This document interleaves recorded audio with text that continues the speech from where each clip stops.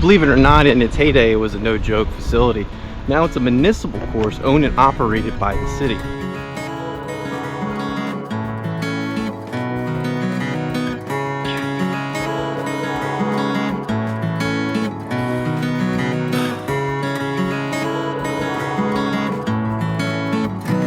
And the original historical landmark still here today is the clubhouse.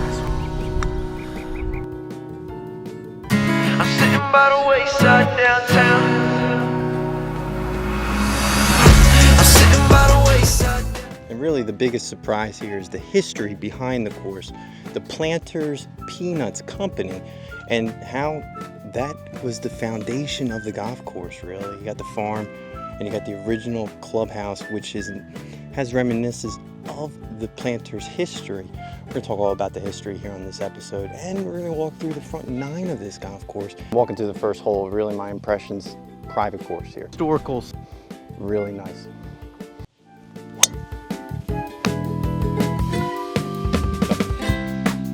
Me through. This is a very interesting move here. The course was built in 1972 by Russell Breeden. At the time, he built a few courses. We'll drop them right up here on the top hand side. But this was a staple of golf within the area. Interesting part about this golf course, it used to be old farmlands. 1870, the course was originally a farm. And you had the old clubhouse that's still there to this day. And it feels old. It has that old feel to it. It does feel like a country club. It's hosted some LPGA events. We're going to talk all about the history of the course with the Professor. All right, it's only like 80 yards, so keep your head down, hit the ball. And that's really what I did. Kept my head down, just played as many holes as I could here at this facility. It's unique as a little practice area that's for free. You can hit a couple golf balls. There's also a driving range, but it's one of the very few courses that I was able to pass 3 groups in 9 holes. And then get paired up with the third group here. This was the second person so far, and here we are with the gentleman that we got paired up with. End of your fairway there. Okay. And then you want to curl it off of that. What's happening is your arc is coming over it. Yeah, I think, am I flattening out my shoulders and then coming across this way and just pulling and hooking? Yeah, I think you get to where they are, you got to look at it. Then. Yeah, you still have a look, yeah. Okay. But if you get to where they are, most likely you'll run down and be in the trees. It's not that far to get there.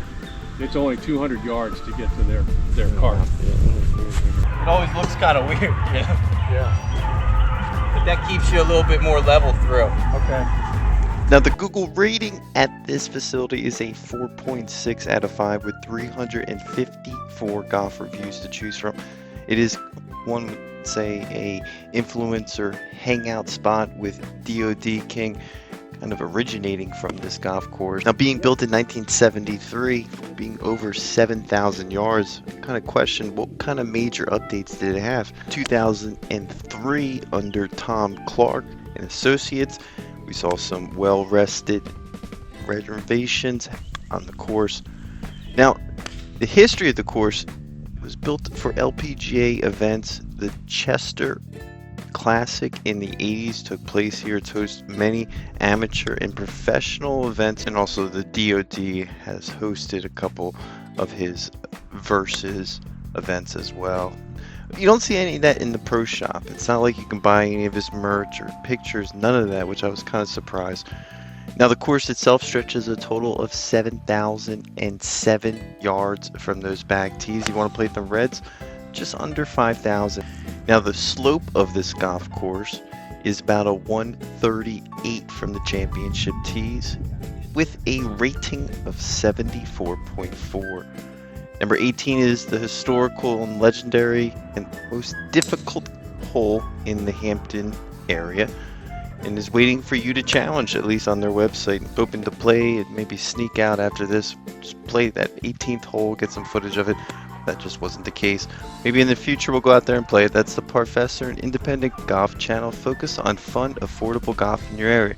If you're not watching, go play a little bit of golf today.